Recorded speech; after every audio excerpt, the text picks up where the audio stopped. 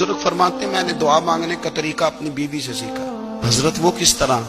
फरमाने लगे, मेरी बीवी ने ना मुझे कोई काम बताया, कुछ पैसों की जरूरत के लिए कहा, तो मैंने उसे कहा कि भाई अभी मेरे पास नहीं है, कुछ दिनों में आते हैं तो मैं दे दूंगा।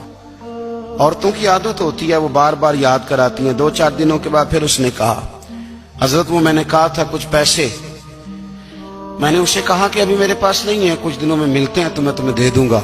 उसने कुछ दिनों के बाद फिर कहा, हुजूर वो मैंने कुछ पैसे कहे थे।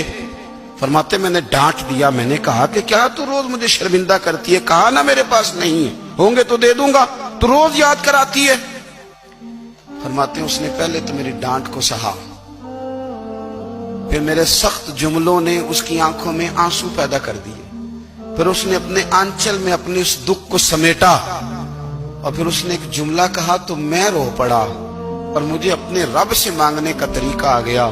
मुझे कहने लगी, हजरत जी आपने डांट दिया, मैंने सह लिया, पर आप ही मेरे शौहर हैं, बताएं ना, आपसे न कहूं तो मैं किससे जाके कहूं।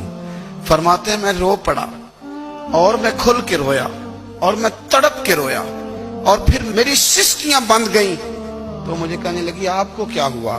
मैंने कहा मुझे भी दुआ मांगनी आ गई है। जब मैं उसे कहूंगा ना, अल्लाह तू ही मेरा रब है, मैं तुझसे न कहूं तो मैं किससे जाके कहूं? मैं क्यों किसी बंदे से सवाल करूं? मैं क्यों किसी दुनियादार से कहूं? मैं तेरे बंदों का, नेक बंदों का वसीला लेके, तेरे महबूब की गुलामी लेके तेरी बारगाह में आया, तुझसे ना मांगूं तो किससे मांगूं? समझ आ गई है, जब मैं इस रंग में मांगूंगा तो तेरा रब मेरे ऊपर बड़ा ही फजल फरमाएगा।